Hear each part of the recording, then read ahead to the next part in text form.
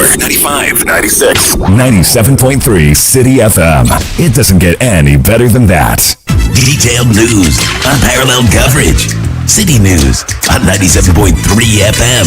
Eyewitness News. Be there as it happens. Citi News.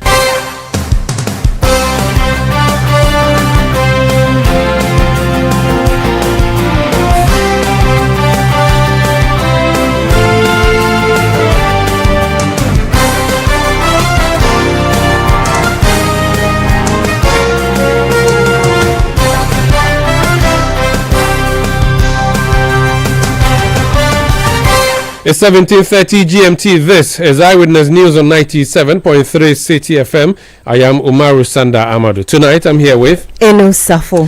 And coming up over the next 90 minutes, tributes continue to come in for the late former First Lady Nana Akufo-Addo, who passed away yesterday.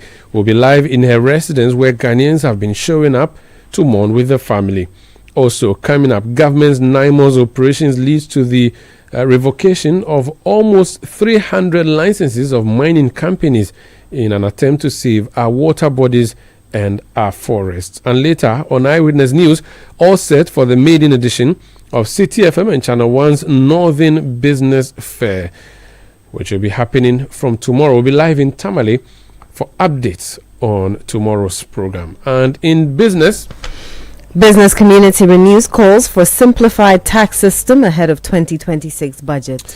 That's in 15 minutes from the Citi Business Desk. Eyewitness News is live across Ghana on a host of our affiliate stations across the globe on citinewsroom.com, as well as on YouTube and on Facebook. We are interactive. Send us your messages 05549 986 996 0549 986 996. Send tweets using the hashtag Eyewitness News. Mention me at Umaru Sanda or at Citi973. This is Eyewitness News on 97.3 Citi FM, coming to you from our studios in Accra. I am Umaru Sanda Amadou here with Eno Safo. And we start off with the late former First Lady Nana Akufo-Addo, who passed away at the Ridge Hospital yesterday.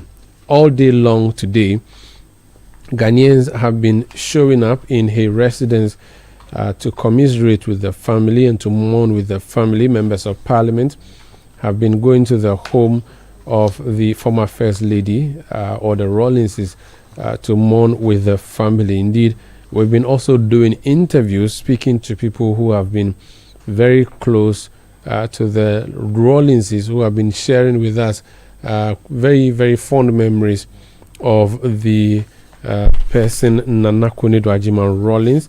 A number of them would be sharing with you. We would also be conducting some interviews for you in a jiffy, where we'll be hearing from some persons who work closely with her and her late husband. Let's hear from Minister for Tourism and Member of Parliament for Ketu South, the Honorable Ablajiva Gomashi. She was on the Citi Breakfast Show today, and in between sobs, she said this to Bernard Avle.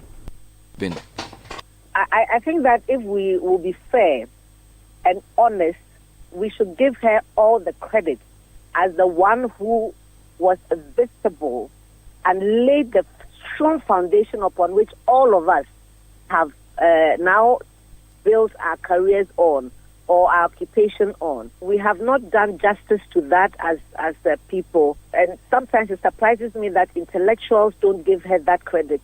But as a child who grew up under her feet, I think that what she stands for, the example she gave us, was that you can be a woman, you can be a career woman, and politically active, and you can be socially correct, and you can be anything that you wanted to be. It's cliche, but she lived it in every sense of the word.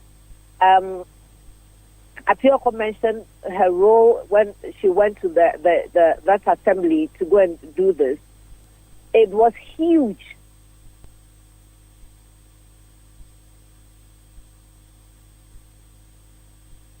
So that's Ablajifa Goma. She's a member of Parliament for Ketu South and Minister for Tourism. Let me go on the phone lines now and speak to Fauzu Masawudu. He has been in the home of the Rawlinses all day, observing as Ghanaians show up in their hundreds to mourn with the family. He's joining us on the line. Fauzi, you're welcome to Eyewitness News. Tell us what's been happening in the Ridge residence of the Rawlinses. Thank you very much, Sanda. Exactly as you put it, scores of Ghanaians have been trickling in the residence of the late former First Lady, and of course other notable figures including former President John Agyekum Kufuor and Nana Addo Dankwa Kufuor. We also had the leadership of Parliament from both sides also coming here to commemorate with the bereaved family, and other of leadership of the governing National Democratic as well, and other government functionaries. I see. Now, who and who have been receiving them, and what is the mood in the house like? It's generally solemn.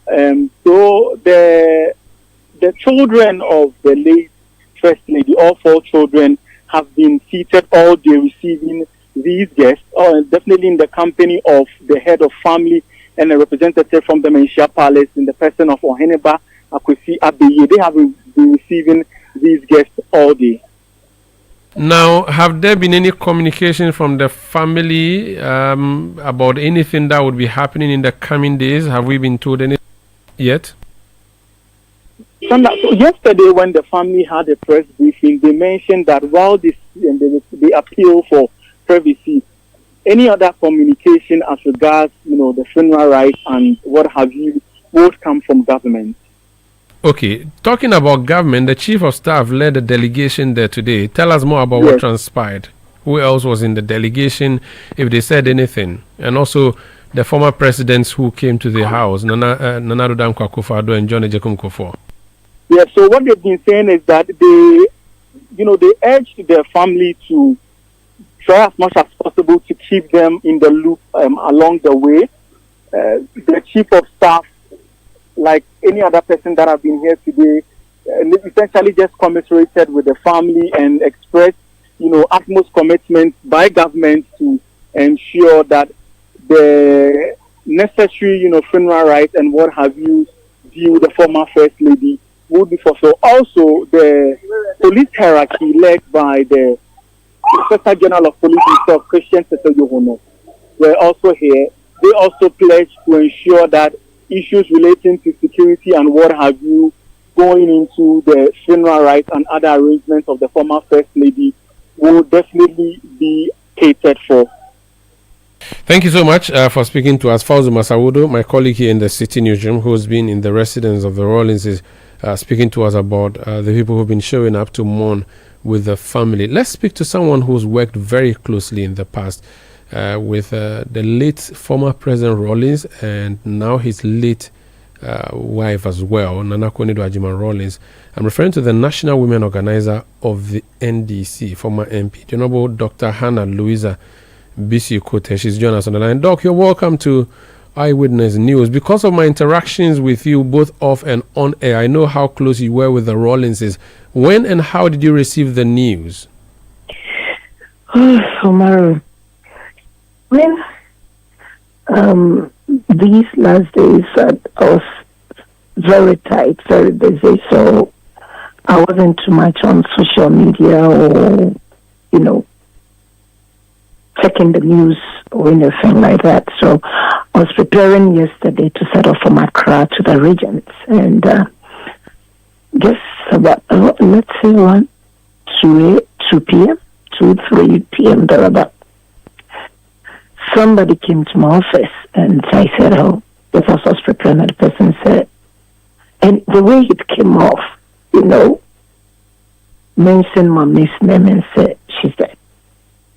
I almost passed out. Like, I don't know how it felt. I can't explain it. I thought it was a lie. So at one point I paused and then I had to let out. I screamed so hard so that everything in me would just come up, and it was terrible. It was horrible. It was horrible. That thing that you always want to feel that it's a lie because, you see her all lively, so beautiful, her dance. She didn't lose a bit of whatever she used to do many, many, many, many years back. And she just wake up one day, then boom, So I don't think it can never be any good news. It didn't feel good, and woke up thinking. I think immediately I tried reaching out to Z, and obviously at that time you wouldn't expect to. Yeah. I really don't even know how. Yeah. She and the siblings are feeling. So it's horrible. You and I, we've had we've had on the permissibles, on non-permissibles that we've discussed. So for me, I once said to you that she's my mom. I've never called her madam before, mommy, and she most of the time will call me Amma, and so I want to know when she called me Anna, actually, and so for me, as a nation, we've lost an icon. You call her mommy. Why? For those who don't know. No, it's because of our relationship as a family. Dated way back to the revolution time, way back. You and I, we've had quite a series of, conversations. I've granted an interview where we spoke at length, and so that is it. That's my mom. My mom calls her, what you going to do, and call her Becky. And for me, I told you, and I think I've said it a number of times on air, when I was going to Cuba, when the opportunity came, I was in our commandant when a letter came from her office, and it was signed by her that, with my name in it, I should come to Accra. That time I didn't even know I was going to sit for an exams, and we're taken to Efenia. By God's grace, I passed the exam, went to Cuba, came back, and she came with Daddy. 1998. By then, I think I was in my final year. Yeah, I was preparing my thesis. Yeah, 1998. I was about graduating, because I graduated 1999, and I was the only one with this muffler. So I think that period after they came, I came home for 1 month for the first time after 12 years. And my mom said that, when your mother came, she said, your daughter, because I gave the vote of thanks, was the only person with the NDC muffler. And recently, Professor Danso Boafo, who was ambassador then, even sent me a picture of that event with me in the muffler, and I thought that was so cool. But, when I came home, I came home 2001, so you can imagine I was so confused, and I didn't understand why President Rawlings' family and were being castigated, and the NDC was being insulted, because I lived the early 80s, and I know how the nation was, and I was very happy, when I came 98, what I saw, and I didn't really understand anything, so I really didn't want to even stay. So my mom and I went to visit, and mommy gave us fufu, so it was a cranty soup, you know how it's prepared. And just when we finished eating, I was smelling my hand. Canada said, you smell your hands. I said, so you like it? I say yes. And she said, okay, if you do not stay and you go back, you pay for the food you ate. And at that point, I said to myself, this is not a big deal, because I just ate small food. It was for the first time after so many years. So this one I can pay. So she looked at me and said, you're thinking is 48? No, that is the effort that was put in to prepare the food. After that, she gave me a piece of cloth, which I adore so much, because I've been away for so many years, and traditional stuff was very dear to some of us, and added money to it. And as that I come back, so that I could apply to the Public Service Commission, which she personally drafted and secretary type, I sat with her, went through, and the rest is history. For me, and I told you that she was a nurse and will always be my mom. If she sees me and she wants to beat me, just like my mother, she beats me, well, if I start for you to beat me, fine, I'll run. But if you're able to catch me or you're able to keep me anything, then it becomes your right as a mother. For me, we've lost an icon. I told you, I've said it on air. Off air, I've told you, I've said it many times, that there's no been. And I'm yet to see one woman in Ghana who has that ability to mobilize so many women. A woman who could say, she moved. I don't know how to say it, but an empowered woman. She was a mobilizer, an organizer, 31st December Women's Movement. We all know this nation. If women, we were able to get a voice from the onset, because there was one woman, who stood out and pulled everybody along at that time. So for me, we've lost. Somebody was asking me NDC for, like NDC for. So I said, no, this is not NDC person. This is a national asset. She belonged to the nation, and she did so much for women across board. So why will we say NDC has lost, or the nation we've lost an icon? Women in Ghana, we've lost somebody that I know a lot of women have benefited from her, and a lot are still looking up to a woman of her caliber and what she always stood for and what she's done, in the past. So for me, it's a big loss, and my deepest and heartfelt condolence goes to, Dr. Zanato, Amina Enkima. I don't want to imagine. I think that even imagining it is horrifying. What they'll be thinking, what they're going through. I'm so sorry. I pray that God Himself will comfort them. I don't know. That was not a shoe that you wish even for your worst enemy. How much more people that you love. So, for me, I'm broken. I think we are also trying to find our feet and our voices somehow. I really want to remember her for the fun that we've had. She's taken me to places before when drama was alive. We just go just sit at Izinyaniba Estate, sit with her for hours. Sometimes call me, this and that. It's a lot. It's a lot. And I would love to leave with those memories. And I pray that God would send His angels, and the Holy Spirit will comfort, Dr. Zanato and Amina Enkima and the rest of the family. Thank you so much for speaking to us. That's Dr. Hannah Louisa Bisio. She's women organizer of the NDC. Let's go to the other phone line and speak to Dr. Ekos Spiogabra. He, NDC through and through, has been involved with the Rawlinses for decades. He's actually in the home of the Rawlinses now, and I want to speak to him. Doc, you're welcome to Eyewitness News. Yes, thank you.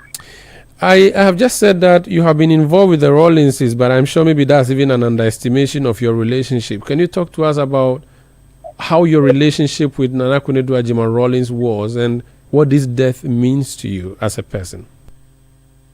Well, I guess based on your question, it's probably good to take your audience back to our days in National School. That's where I first met Mrs. Rawlings, who was then just Nana Akufo-Addo Agyeman, and also Jerry John Rawlings, who was also a student, who were 2 years ahead of me in Achimota.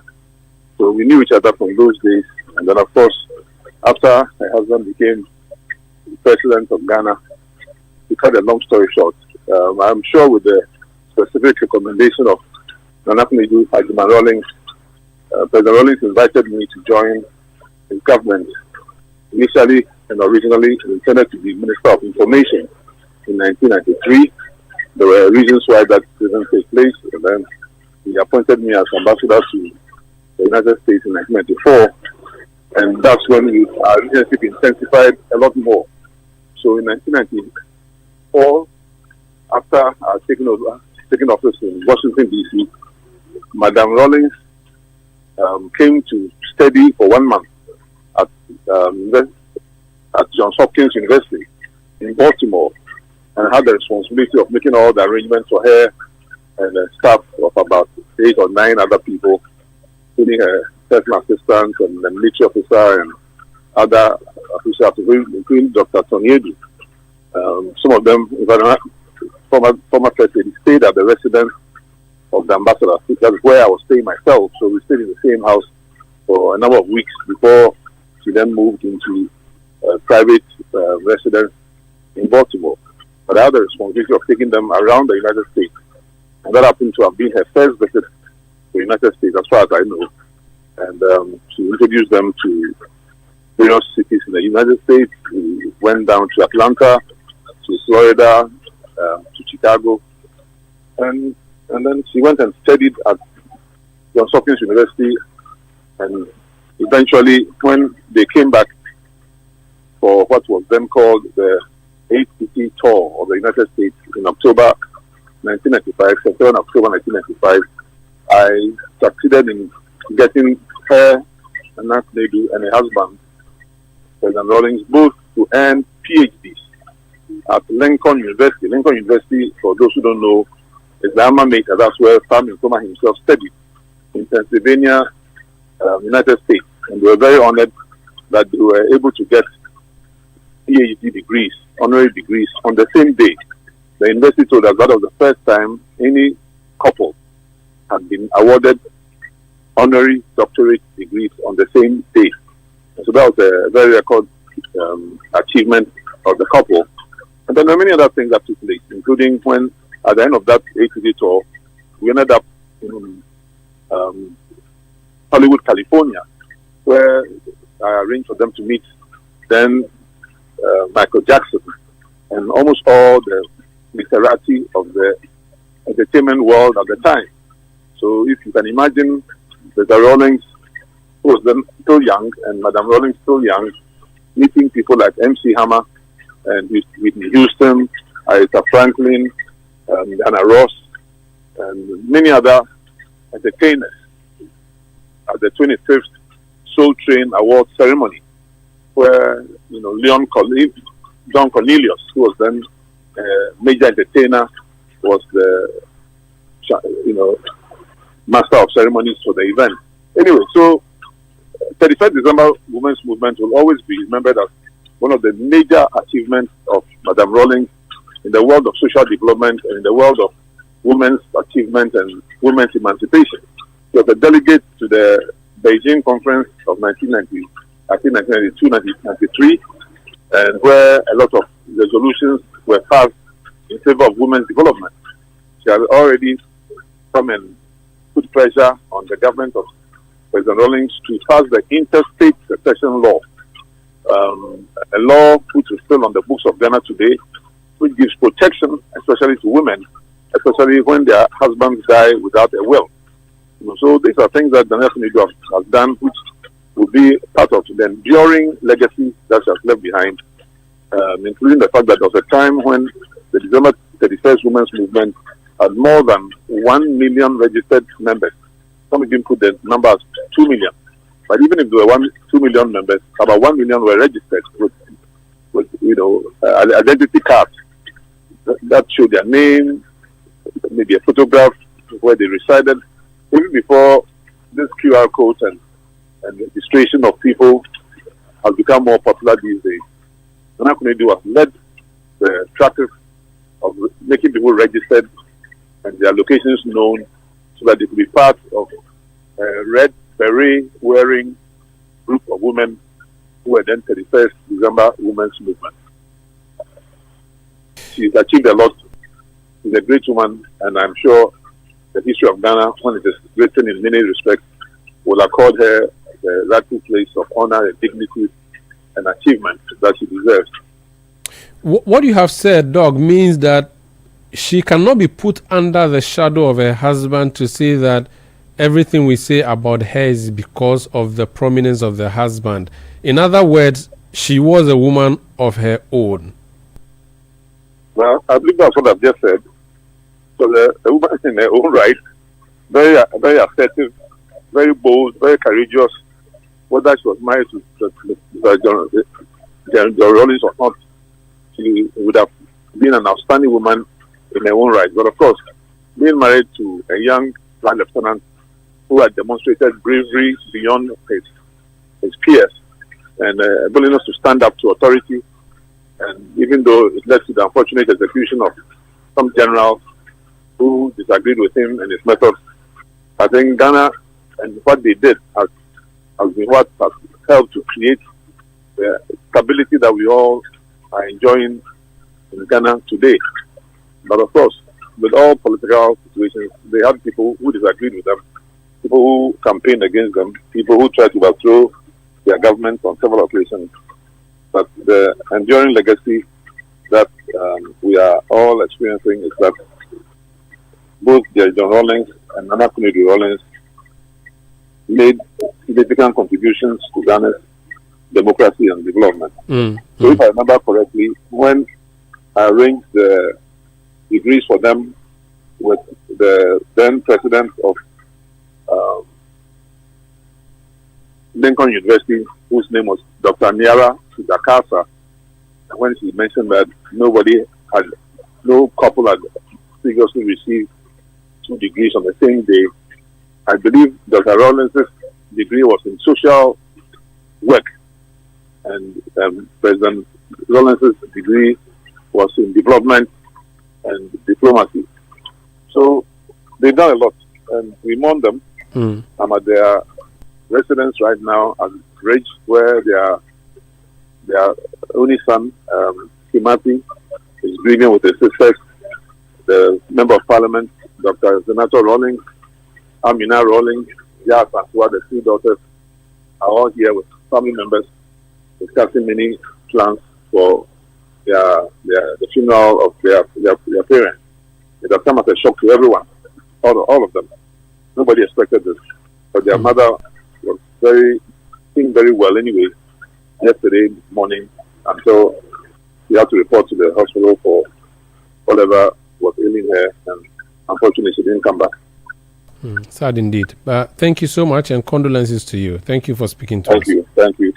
That's Dr. Ekos Spiogabra. Currently, he holds a position as Special Envoy for Reparations under the Mahama administration, but he has served in various portfolios in the past, and you've heard him there, very, very close to the Rawlingses, who are both late now.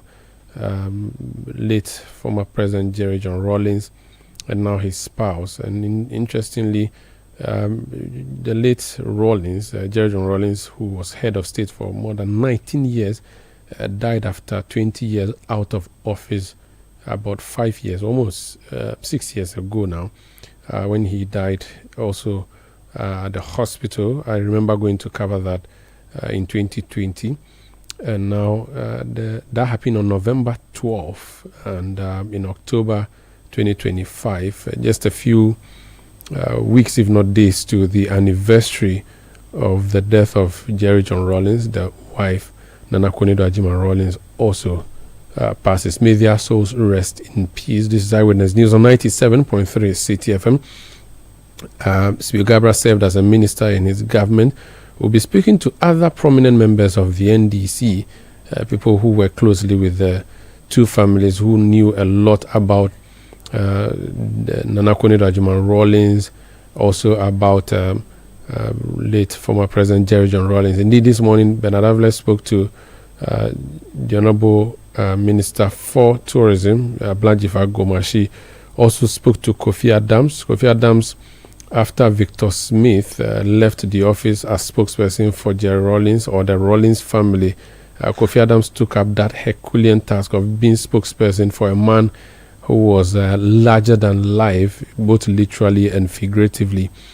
He spoke to the breakfast show. Today we'll be playing back for you some of the things he said. In fact, yesterday my colleague Sami Wiafi here on the show interviewed Victor Smith, now Ambassador Victor Smith, from the United States, currently in Washington, D.C., where he spoke also about his relationship with the Rawlinses, having been spokesperson for the man out of office for many years until that interesting situation where Jerry Rawlings fired him via text message, and something we had a conversation about recently on Face to Face. This is Eyewitness News on 97.3 Citi FM. Our condolences to the children, to Dr. Zaneto Rawlings, to Amina, to Yasantua, and of course to Kimathi Rawlings, who married not long ago here in the country. This is Eyewitness News on 97.3 Citi FM. We'll return and talk more on Nana Cornelio Ajuman Rawlings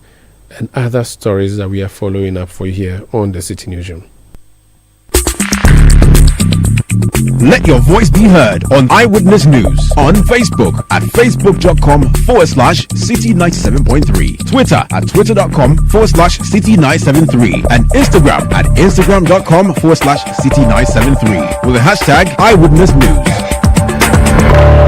We asked Ghanaian business owners what they want from Old Mutual. I want insurance and pension solutions that will protect my employees. Your business growth is our business. For 180 years, we have partnered with businesses to protect and grow their most valuable assets. From tailored group life assurance protection to affordable pension plans, we've got your business and your employees covered. Contact your broker or call Old Mutual on 0509 551 609 today. Old Mutual, do great things every day. My hands a champion, creating temptation. 100% natural keyboard, ginger, garlic, onion, no salt, no MSG, no preservatives. Steam them natural, chicken, fish and meat. Yes, even salmon. Kivo 3 in 100% natural ginger, garlic, onion powder. Incredible aroma, champion taste. This advert is FDA approved. Ginger, garlic, and onion. 3-in-1 Kivo. Dreaming big, thinking Africa. UBA Ghana's got your back. For business growth and expansion, UBA Ghana's got your back. With a 6 billion after loan facility, UBA Ghana's got your back. With POPs, send and receive money anywhere, UBA Ghana's got your back. UBA Ghana has got your back. With the 6 billion after loan facility, your business can grow, export, and trade across the continent. And with PAPS, send and receive money across Africa instantly. Now live on Leo, your 247 digital banking buddy. UBA Ghana, connecting you to Africa's opportunities. UBA, Africa's global bank. UBA Ghana's got your back. Are you feeling tired after a hard day's work? Have you lost your appetite even for your favorite dish? Viral Blood Tonic is a nutritionally balanced, pleasant-tasting tonic fortified with iron and vitamins to boost your appetite and energy levels for high performance. Viral Blood Tonic, easy to take and good for the family. Viral from Danex Iting Starwin PLC. If symptoms persist after 48 hours, consult a physician. This advert is FDA approved. Eyewitness News. Be there as it happens. You're welcome back. This is Eyewitness News on 97.3 Citi FM, broadcasting from Accra. I am Umaru Sandamadu here with Eno Safo, and we've been talking about people who have been moving to the home of the Rawlinses to commiserate with the family. Indeed, the government has issued a statement. The president himself has signed a statement in relation to that. I'll be reading that for you. But let me just do one more interview. Dr. Benjamin Kumbul served variously under the NDC, served as Minister for Justice, served as Minister for the Interior, and at the point I heard he was the personal lawyer to the Rawlinses. He's joined me on the line. Sir, you're welcome to Eyewitness News. Yeah, thank you. I have just said that I was told that you were a personal lawyer to the Rawlinses. I don't know if that's one of your various portfolios, but let's talk about what your relationship with the Rawlinses was, and more specifically Nana Cornelio Ajuman Rawlings. My relationship with Rawlings, we've been very, very good friends for so many years, because my uncles were actually in Takoradi Air Force Base, and they were his instructors. So we had the opportunity to meet. So we connected there. And then we had a friendship. By the time I went to university, he was already commissioned. And then we used to meet quite often to discuss a number of issues. So you knew him before he became head of state? Oh, yes, far long before. Many people always assume that it was when he was head of state that we got to know each other now. I had known him long before he became head of state. What about the wife? I remember one of the big things I keep remembering about him was his heavy motorbike he used to pick me on. And we go around Osu and those areas. I remember that very vividly. How about the wife?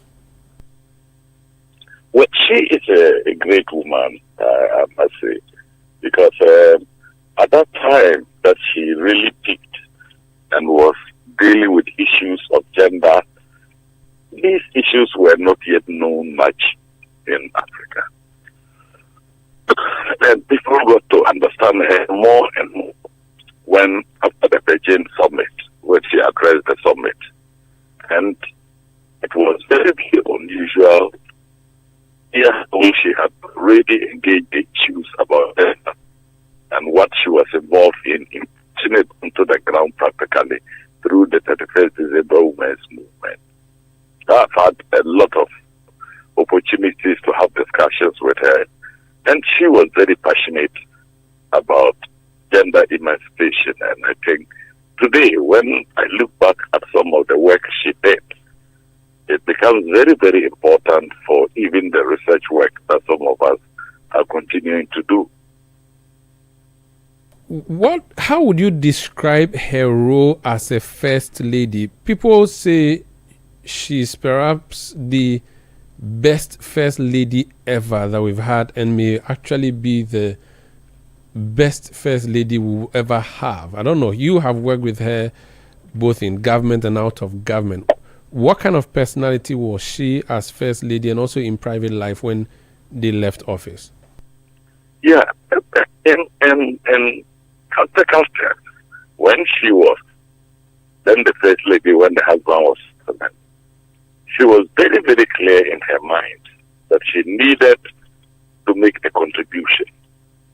And her contribution was quite exciting for the simple reason that many people had never factored in the gender dimension to what was going on. And within revolutionary or national democratic revolutionary transformation, one of the key pillars that you need to address is gender equity. And till today, I keep saying, wow, I'm surprised that this lady picked up this thematic area, and that became for the organization she was doing throughout the country. What would Ghana lose in the death of Nana Kodera Adjumani-Rawlings? Well, Ghana stands to lose one of two things, but at the same time to benefit. See, we keep saying that individuals do not make history. They only leave their footprints in history. And Nana has very, very indelible footprints in the history of the PNDC, and particularly in relation to gender.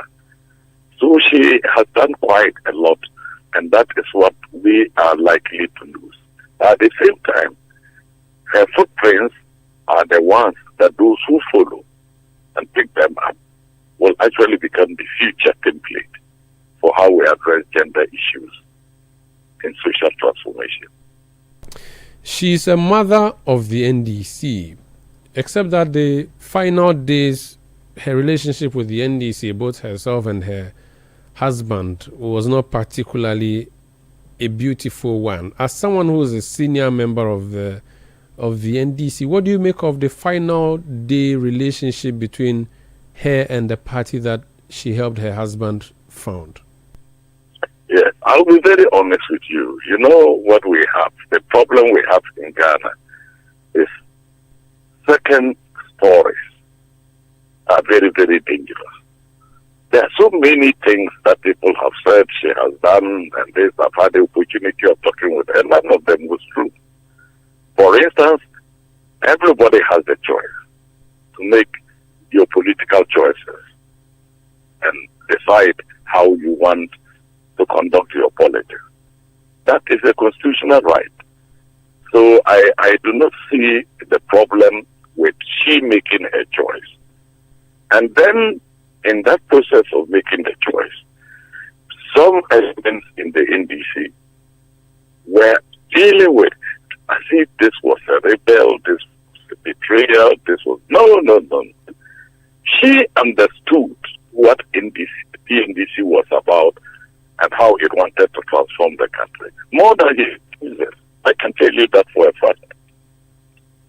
But when you transit into a constitutional democracy and a so-called permissive environment is created, what you actually begin to have is that you get to know those who were genuinely for a national democratic revolution and those who were just hangers-on, pragmatists as they call themselves.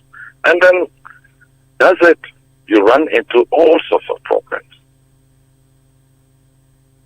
And that's why he made that very passionate statement even before his death, that you cannot imitate another political tradition. You won't win, you won't succeed, because that is who they are.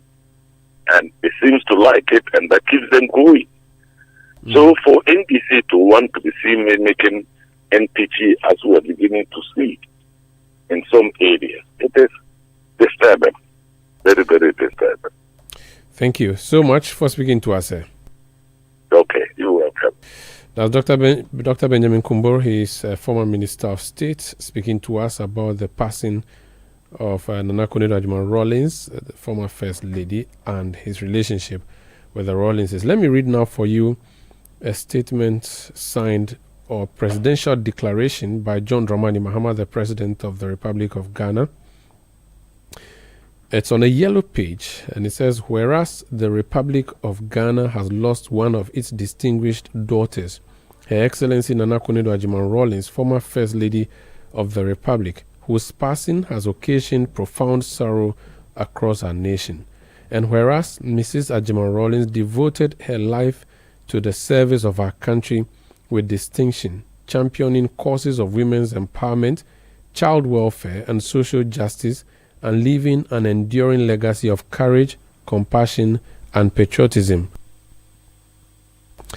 Now, therefore, I, John Dramani Mahama, President of the Republic of Ghana, by the powers vested in me under the Constitution of the Republic and in recognition of her exemplary service to the nation and humanity, do hereby declare that the period from Friday 24th October 2025 to Sunday 26th October 2025 shall be observed throughout the Republic as a period of national mourning in honor of the late Nana Konadu Agyemang-Rawlings.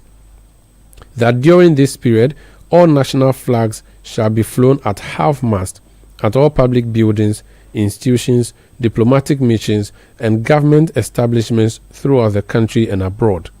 That citizens are encouraged to reflect upon her life of selfless service, dedication to Ghana's progress, and her unwavering advocacy for women and children. That the government of Ghana extends its deepest condolences to her family, her children, and all who mourn this irreplaceable loss.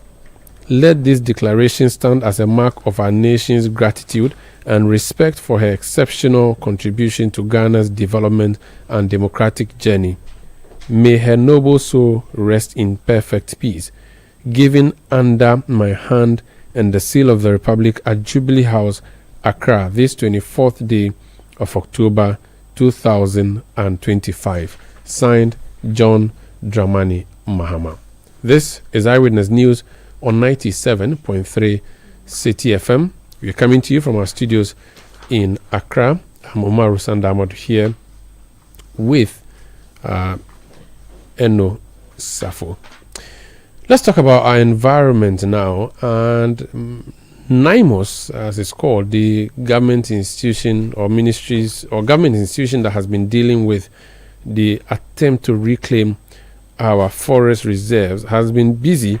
In fact, the Minister for Government Communication has been posting various pictures and photographs of activities of NIMOS. For instance, there's one on his Facebook page which says NIMOS storms Oda Forest Reserve in Ashanti region, arrests armed illegal mining thugs, seizes bribery monies, and destroys several makeshift structures and mining equipment. Let's understand more from the ministry that has been dealing with this issue. Ama Mausi Mawinyefia is Director of Communications at the Ministry of Lands. She's joined us on the line. Madam, you're welcome to Eyewitness News. Thank you, Maru. How are you? I'm well. How is our environment? Good question, Umaru. There are some people in this country who have decided that they're not listening to what we're saying. In that we're saying that we understand that mining is a commercially viable activity and people may want to get involved in that activity. It is allowed. It is legal, and there's a legal framework in which you can conduct those activities.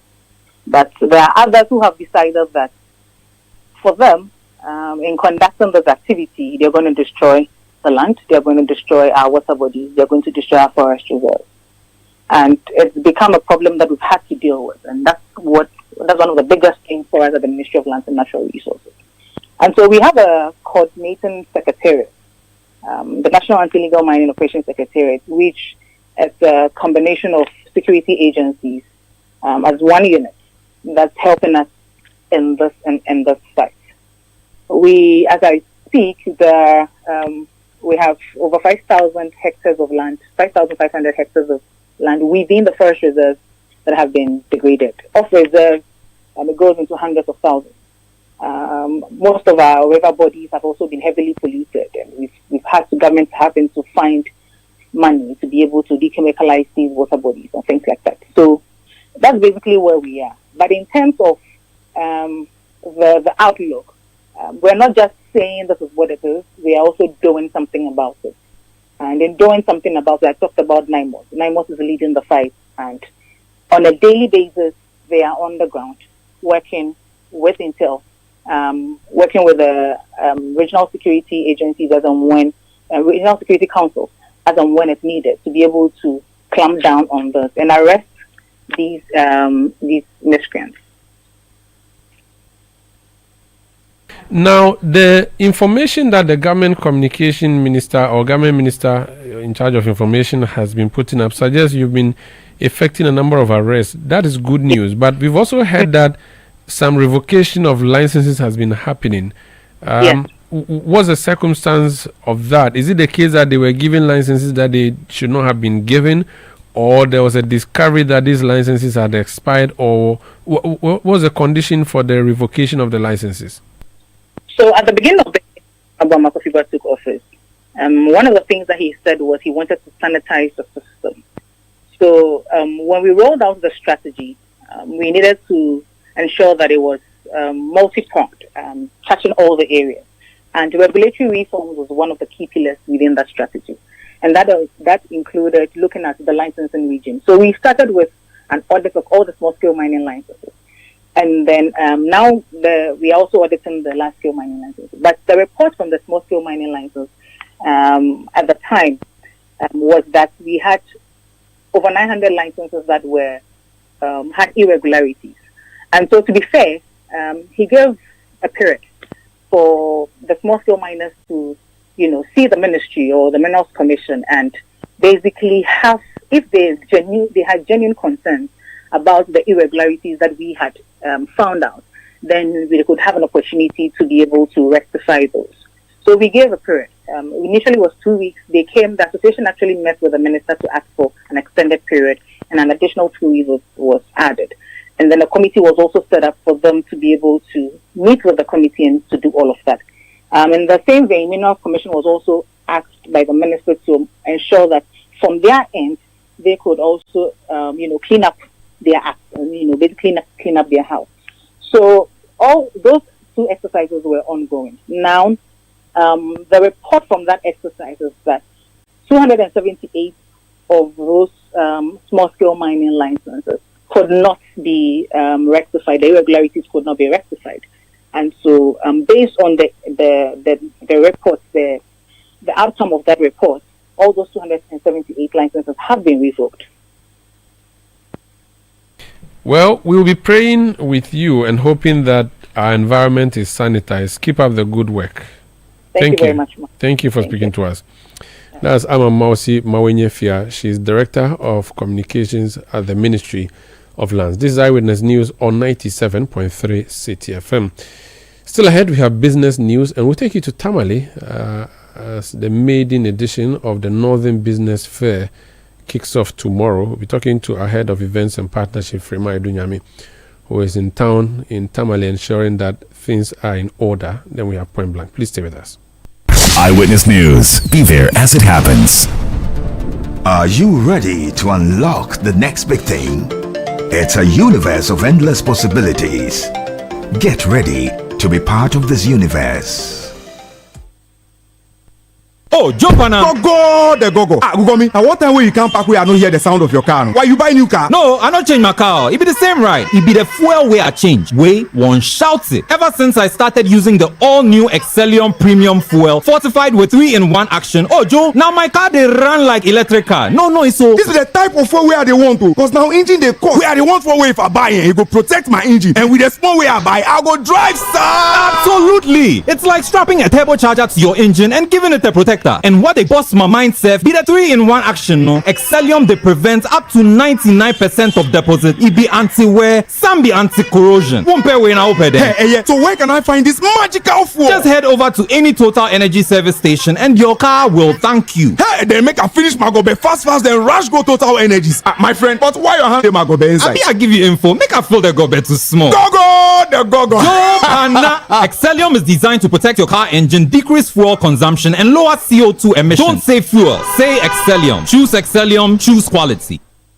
Everywhere, for everyone, yeah. The winning season is back, but this time I am collecting the wins like Jollof at a wedding. The luckiest season 3 is here. Your chance to flip your luck or maybe your bank account too. 2 easy ways to join. Dial *712#. Hit 1 to buy for you or 2 to gift a friend. Feeling lucky? Pick 1 for a random number or hit 2 to choose your own. Pay with mobile money. Done. You're in. Or go to theluckiestafrica.com, click community tickets, choose your number or let the system do so for you. You can buy a ticket for your boo or your favorite barber. Pay with Momo or card if you are abroad.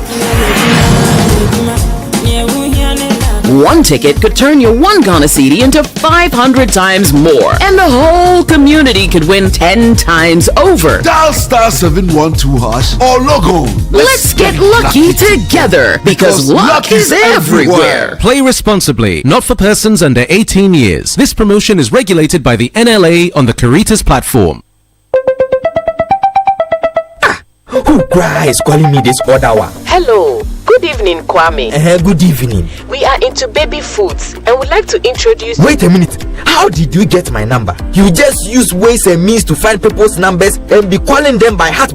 No respect for privacy or anything at all. Oh, Bra Kwame. Is your business privacy ready? Do you collect and use information of people in your line of work, like their name, number, location? You might be doing the wrong things. Whether you're a big company or a small one, you must respect people's right to privacy. Register and be certified by the Data Protection Commission of Ghana. It is the law. You will receive the necessary training, advice, and guided on the right systems to put in place to help protect information you collect about people. Register your company. It's simple and online. Visit www.dataprotection.org.gh to register. Privacy is the responsibility of everyone. Remember, privacy is personal. Hey, Ruben. Every 2 seconds notification. The Momo keeps on coming. It keeps on coming, eh? Ma, I am the community Momo man now. People send money, and with the Momo app, every payment is done. My transactions are flying. Hey, Aden. Ah, ma, you didn't know, eh? Over 2 million Ghana cedis is up for grabs in the Stillman Saka promo. Transact more than 100 Ghana cedis with your Momo app, and you could win daily, weekly, and monthly cash prizes, and 100,000 Ghana cedis grand prize. And it's not just payments and money transfers. Bank to wallet transactions, savings, loans, investments, pensions, POS transactions, and Momo transactions from other partner platforms qualify. This promo runs in collaboration with the NLA on the Caritas Lottery platform. Terms and conditions apply. Eyewitness News. Be there as it happens. Get the details. Every significant financial transaction, every market movement, and all the policies that affect your business. Citi Business News. Be informed. Time now for Citi Business News on Eyewitness News. I am Enosafu. Let's settle for the details. The Ghana National Chamber of Commerce and Industry has reiterated calls for government to simplify and merge all existing taxes and levies into a single transparent VAT rate system. The Chamber notes that Ghana's complex and overlapping tax regime continues to hinder business growth and compliance. Thus, the need for government to fast-track reforms toward a more streamlined system. Speaking at the Chamber's 49th Annual General Meeting, its President, Stephanie Mizan, believes adopting a unified VAT structure in the upcoming 2026 budget will ease the burden on businesses and improve tax administration. On taxes, our recommendations are: the Chamber wants the government to review downwards the already existing taxes, including simplifying and consolidating VAT and all levies into a single transparent VAT rate, as well as reduce VAT and remove the COVID-19 levy, which has outlived its purpose. The Chamber urges the government to introduce turnover and employment-based corporate tax thresholds, remove VAT on insurance premiums to enhance accessibility for households and SMEs, and grant a 3-year tax holiday for startups to promote entrepreneurship, innovation, and job creation. That was the president of the Ghana National Chamber of Commerce and Industry, Stefan Mizan. The Institute of Statistical, Social and Economic Research is urging government to prioritize long-term policy planning to strengthen the country's economic foundations as Ghana prepares to exit its IMF program next year. According to ISA, successive governments have often relied on short-term fixes to address fiscal and macroeconomic challenges. Speaking to Citi Business News, Director of ISA, Professor Robert Darkwose, stressed that a clear, consistent long-term policy direction is essential to sustain growth. The geopolitics today is such that it's not just USA that has pulled out. Other big donors have pulled out in terms of research funding. So what happens? We wait, and then if the unfortunate such as COVID happens, and then we say, oh, we are poor countries and so somebody should come and help. Malaria has been with us for how many years? How much are we investing in it? So I think that the choice for us is very clear. We can opt for the short-term things, right, which will have no long-term transformative impact. Or we can then choose the right path in terms of how we can transform our development. The things which IMF says to us that we must do, I will challenge you in the media. Take, say, the last 10 years of the State of the Ghanaian Economy report. You would find those recommendations in the State of the Ghanaian Economy reports. That was the director of the Institute of Statistical, Social and Economic Research, Professor Robert Darkwose. Deputy Minister for Finance, Thomas Nyakwampim, says the Ghana Infrastructure Plan provides a clear roadmap for infrastructure investment while enhancing coordination and accountability between government and private sector actors. He noted that the Ghana Infrastructure Investment Fund will play a central role in mobilizing financing, while ongoing reforms to the public-private partnership framework are expected to attract greater private capital into major national projects. Speaking at the launch, Thomas Nyakwampim urged all stakeholders to rally behind the newly unveiled plan, adding that it adding that it is a defining step towards building a resilient economy. Have intensified demand for modern infrastructure. By 2050, Ghana's population is projected to reach 50.2 million people, up from 19.6 million in the year 2000. Over 10 million young people will enter the labor market between now and 2040. These trends demand bold, strategic, and sustained investment in transport, energy, digitalization, agricultural infrastructure, and others. To meet our most pressing infrastructure needs and catch up with our peers in the world, we need to increase our infrastructure assets in key areas. You heard the Deputy Minister for Finance, Thomas Nyakwampim. Now, former Speaker of Parliament, Professor Aaron Michael Quay, has expressed concern over what he describes as the absence of the formal listing of Ghana's lithium agreement with its foreign partners. He noted that no official document on the deal has been laid before Parliament, a development he describes as troubling. Speaking at the Institute of Economic Affairs Policy Dialogue Series on Ghana's natural resource management, Professor Okoye stressed that the country's constitution requires parliamentary ratification of all international and commercial agreements that bind the state. I can tell you authoritatively that no other paper in our parliament has listed approval of parliament on our lithium matter. If something will come tomorrow, it's a different matter. Our constitution enjoins that there should be ratification of all such agreements. The foreigners are today digging lithium. They are working on the lithium sites. Are we going to wait so that when they have done so much and taken so much away, there will be a controversy, and then they will take us to their country, which will resolve the matter on their behalf? Or what do we do? Because the parliamentary approval, which has been crafted as ratification, but not prior approval, puts Ghana in a very dangerous position. In our country, there's a distinction between prior approval and ratification. That was a former Speaker of Parliament, Professor Aaron Mike Okoye. All roads lead to the Tamale Sports Stadium this weekend for the Northern Business Fair 2025, and Sanda will be doing more on that on Point Blank. But that's all for City Business News on Eyewitness News. I am Enu Safo. Up next is Point Blank. If you know these sounds, you didn't just live through the 90s, you lived the experience. Back then, connection took minutes. Today, it takes a blink. You express yourself with memes. You hold video calls across continents. You say hey to an AI who responds, "Hello, Kwame." You order rides, dinner, and dreams all from the palm of your hand. A lot has changed, so have we. For over 3 decades, EcoBank has evolved with you, leading digital banking in Ghana and across 33 African countries, pioneering solutions built around how you live, move, and dream today. From our express points to EcoBank Pay, online banking, and the mobile app, we are where you are. Here for today, ready for tomorrow.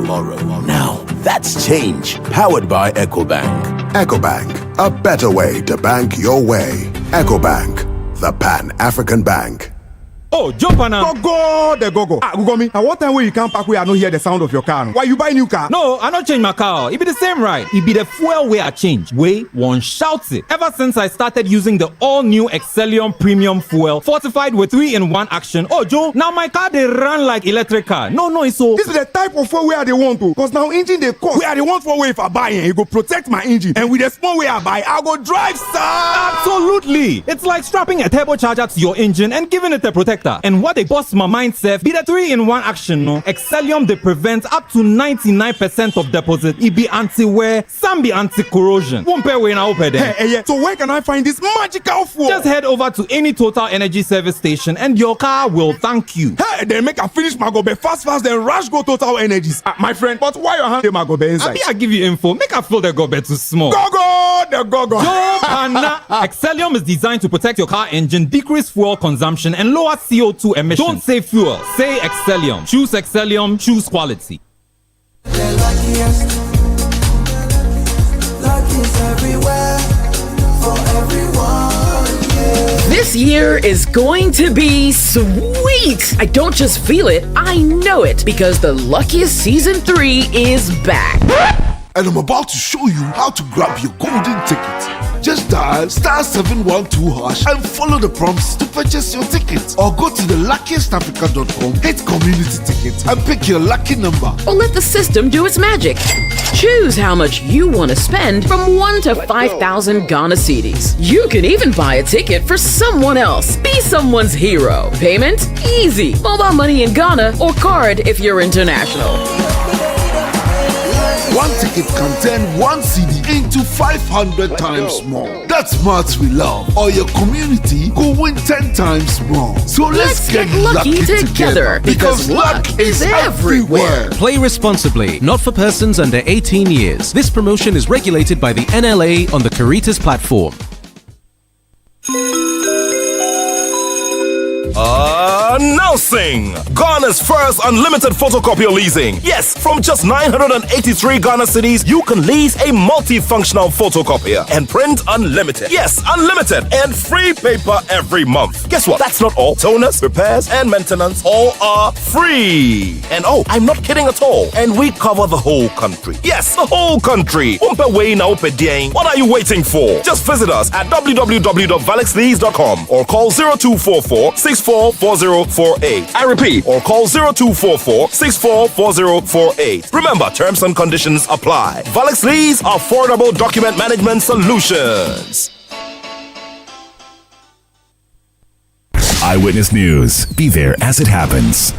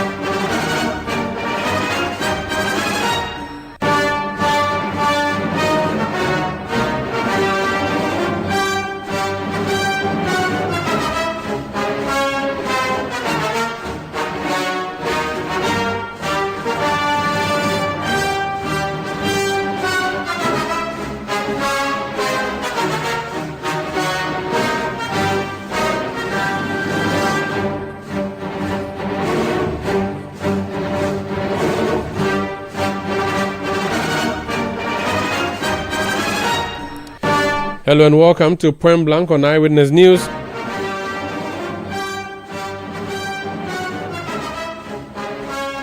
I am Umaru Sandamado. Tonight on Point Blank, we are going to the northern regional capital, Tamale.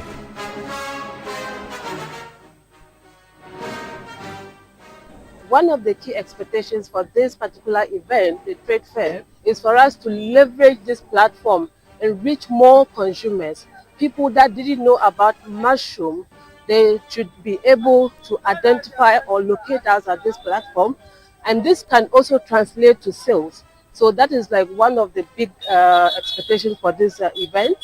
And we are also expecting to connect with other businesses within the ecosystem. My expectations definitely are waiting to see a lot of people troop into that one area where locally patronized businesses are all coming together to show what they do. I mean, service providers all coming there to, let people see what they are giving to northern region. I expect people to, come and then find what they've been looking for all these years that they've not even realized that they are in Tamale or in the northern region.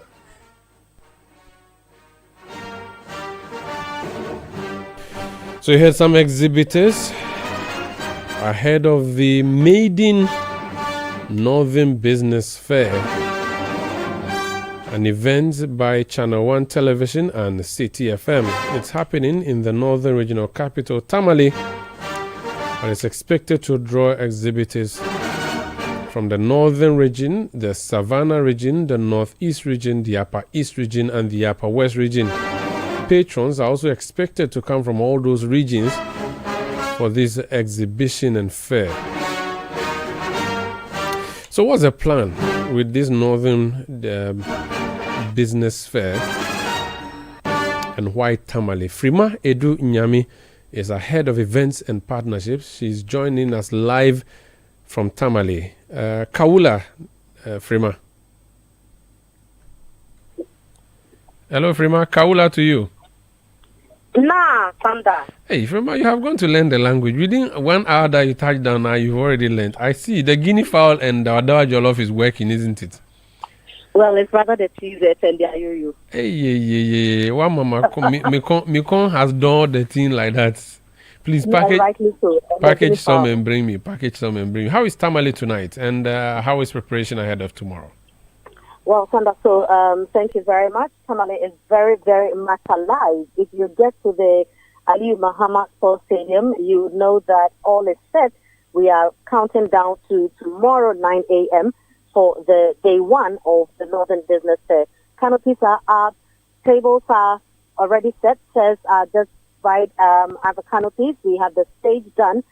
Sound check is ongoing. Lights are on, and we are just waiting for action. Talk to us about the Northern Business Fair. What are we seeking to do with this fair? So you realize that as a country, a lot of things happen down south.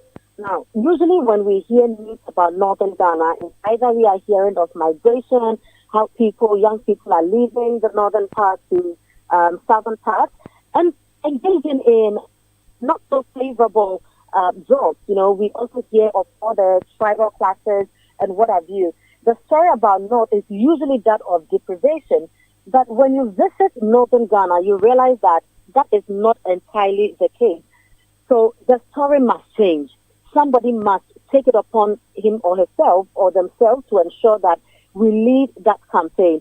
For us as a media house, we believe in not just complaining or reporting about the challenges, but also being part of the solution. And that is what has motivated us to now bring our event all the way to Northern Ghana, to Tamale. It is for the entire northern part of Ghana, so not just the northern region. And when you see the excitement, the reception, you know that this is long overdue.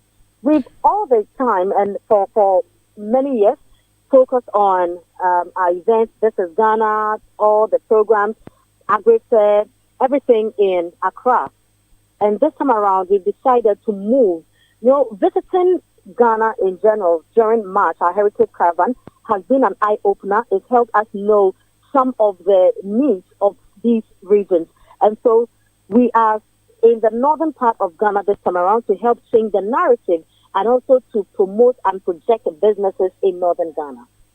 We do the Agri-Fair down south. We also do the This is Ghana exhibition. And now we also do the food festival. I get a sense that we are putting all of that together into this fair that we are doing. Rightly so. So the Northern Business Fair is for indigenous businesses. It doesn't matter your size. The most important thing is whatever you are creating, whatever you are producing or serving is made in Ghana. We also have the food court, just to also showcase the cuisine from northern part of Ghana. So you are right to say that we are putting all the events we do in Accra in Northern Fair. Interesting. So exhibitors are coming, there will be stands, and it's going to be a 2-day event, right? So people who are listening to us tonight in Bolga, in Wa, in Damongo, in Nalerigu, in Tamale, what should they be doing tomorrow and Sunday? So for the exhibitors who are coming, Sandra, we have over 120 exhibitors coming for the 2-day fair. We are very delighted. We are ready for them to receive them, for them to showcase their businesses. For patrons who are coming in, it is a free gate. Nobody is paying anything at the entrance. It's also an opportunity for us to come and know all the things we have in northern Ghana. You don't have to visit Kumasi or Accra because you need specific things. We have them. Sometimes the challenge is knowing what is available. And that is why it's important for patrons to come in to know what they can source locally before they look elsewhere. Sanda, when you look at the list of exhibitors, it looks like everything is being produced in northern Ghana. So sometimes you ask yourself, why are we not hearing so much about these? And to us as a station, this is why it's important for us to put a program like the Northern Business Fair together to showcase to northern Ghana. And also, don't forget that we'll be on TV. We're on social media for the entire nation to know what we can get from northern part of Ghana. It is important for us to look at Ghana holistically.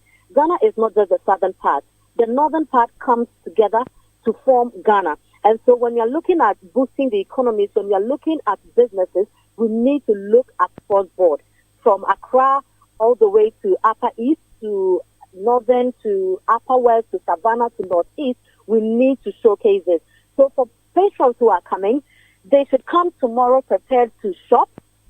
But the thing is, if you're not even able to buy tomorrow, at least you have a fair idea what to get what from in subsequent months or days.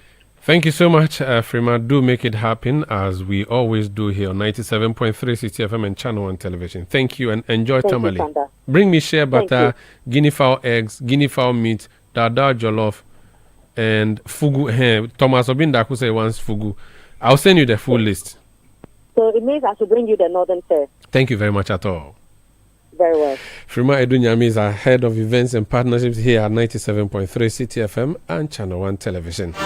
So if you're listening to us, and you're any part of the northern, or you're anywhere in the northern part of the country, you are in the Upper East, Upper West, Northern, Savannah, Northeast, please make your way to the Aliu Mahama Sports Stadium in Tamale, where we have an exhibition, a 2-day exhibition happening tomorrow and on Sunday.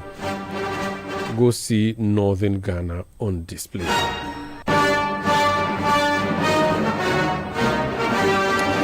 Let's now return to Accra and continue with the tributes that have been flowing in for the late former First Lady Nana Akufo-Addo Agyeman-Rawlings. Kofi Adams worked for many years as spokesperson to the Rawlingses. This morning, he spoke to Bernard Avle on the Citi Breakfast Show about Nana Akufo-Addo Agyeman-Rawlings. I guess I can say condolences to you because, in a sense, because of your work, you've become part of the family, correct? Well, more than part of the family.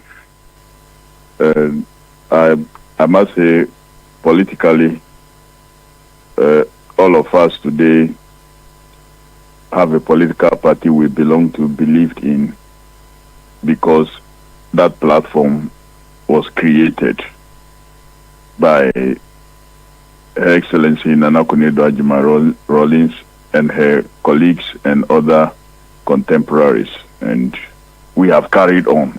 It was they we saw, it was they we followed, it was they we understood, saw what it is that they represented, and later on, when we drove into the multi-party constitutional democracy, we found it necessary to join the party that was created to carry on with such projects. Social intervention, things that brought needs of the people at the center. And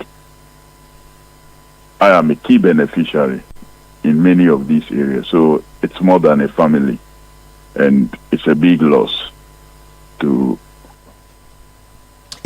me personally, our political party, and as a country. So how did you get to become spokesperson for the Rawlingses, and what type of relationship did that engender between you and the former First family? Well, being a spokesperson means that you are in the inch of the family. You you know virtually everything that you are supposed to know, and you know what is beyond what maybe you will be communicated out there. And so you must be truly part and parcel of the family. And I was appointed a full spokesperson when now Ambassador Smith was removed from that office. That was when I became officially the spokesperson. But before then, I've been with the family in different capacities. And you are involved at the community level, you are involved at the regional level. You should also take note that before I became the Deputy National Youth Organizer, I was also Constituency Youth Organizer, Constituency Secretary, and Regional Youth Organizer for Central Region for 2 terms before becoming a Deputy National Youth Organizer and Deputy General Secretary and National Organizer. So I've been involved in a number of activities and involved especially with Her Excellency Nana Konadu Agyeman-Rawlings because of so many community projects that she got involved in, whether it was women empowerment, through farming, through processing of some of the food products, through organization of women, giving them a voice, teaching them various home management skills, the young people, education and health, and all these. She cared so much about the family unit. She cared so much about community drive that as a first lady, that was the first time we were seeing a first lady that is interested in going to farms of her movement. A first lady that is interested in removing high-heeled shoes and dirtying herself in the faraway communities and seeing the reality of lives that confronted various communities and families. And that was, look, many people today have had good education because of the intervention of Nana Konadu Agyeman-Rawlings and her 31st December Women's Movement. She made sure, even as she empowered these women to become commercially viable, she placed educational facilities close to their point. So you see market, and the next thing you see is a daycare, a crèche, or a KG.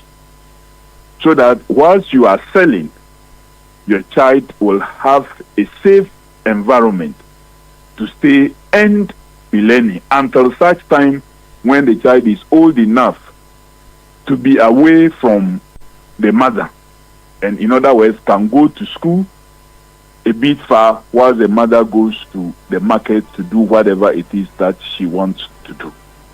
She brought education, so that child is not denied. That child don't grow later to feel like, no, the classroom is not my place. My place is at the market, because that was where I was with my mother all the way up till age 6. So even when the person reached the age to be able to start normal school, the child is not interested in going to school. She saw this very early and brought it closer to the people. That's why you find a lot of schools near our markets long ago. Kofi, a lot of our listeners, or some of our listeners, may be much younger, so may not have experienced her public life as a first lady. Most of them may probably have heard, oh, that's Mrs. Rawlings. So 2 things for us. What type of person was she? Because we also heard that it wasn't a very easy relationship, even with media, because she stood her ground. She was part of a very complicated government. So what was it like dealing with her personally? What type of person was Nana Konadu for those who just saw her on television or read about her in the newspapers? So what it was that even as it is today, the media kind of found a way to be the opposition of what is supposed to have been opposition. And don't forget that she came in the time that we of course didn't have constitutional democracy. So there was really no voice opposing government. It was a military regime that was in place. So the media, of course, no matter what form it was, including even the state and the private outside of the country, will find a way of mirroring the voice of those opposed to the regime. And so you would expect to see a certain level of as if the person is not friendly to the media. But if you check from those who were in the media, especially the state media and what have you, she was one of the nexus, one of the very close persons, one of the go-to persons who especially gave voice to the women in broadcasting. She gave a lot of voice to many of them. But it wasn't as liberalized as it is today. So you may find it as if she was really opposed to media, but she was much more open, a bit more open to the media than even many other persons. She was much more open. But one thing you could say for her was that she, together with President Rawlings, had a mind that governance must be closer to the people. The people must participate they must participate in decisions that affected them.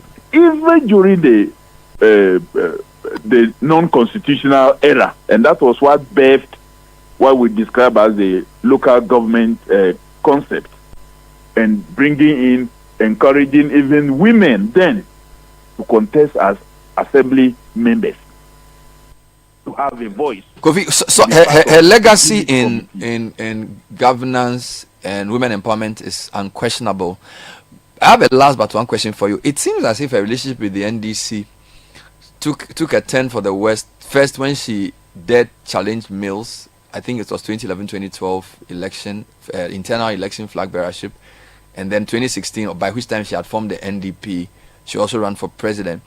So I'm not sure what the feeling among the whole NDC will be, because you know when President Rawlings died in November 2020, I mean, you can say that Rawlings being the founder, his legacy in NDC is intact. But I think it's different for Nana Akufo-Addo because she formed a different political party. So it's almost it's checkered, right? The relationship with the NDC has not been the smoothest. So even in death, we can still admire her legacy as a first lady and still admit that things didn't really end with the NDC the way maybe many people thought could have been 20 years ago, correct? Well, Bernard, I would not say no to this question that you have asked. That is, for me, the most painful part of the story. That's Kofi Idi Adams, Minister for Sports, MP for Buem, former spokesperson to the Rawlingses, speaking to Bernard Avle on the Citi Breakfast Show.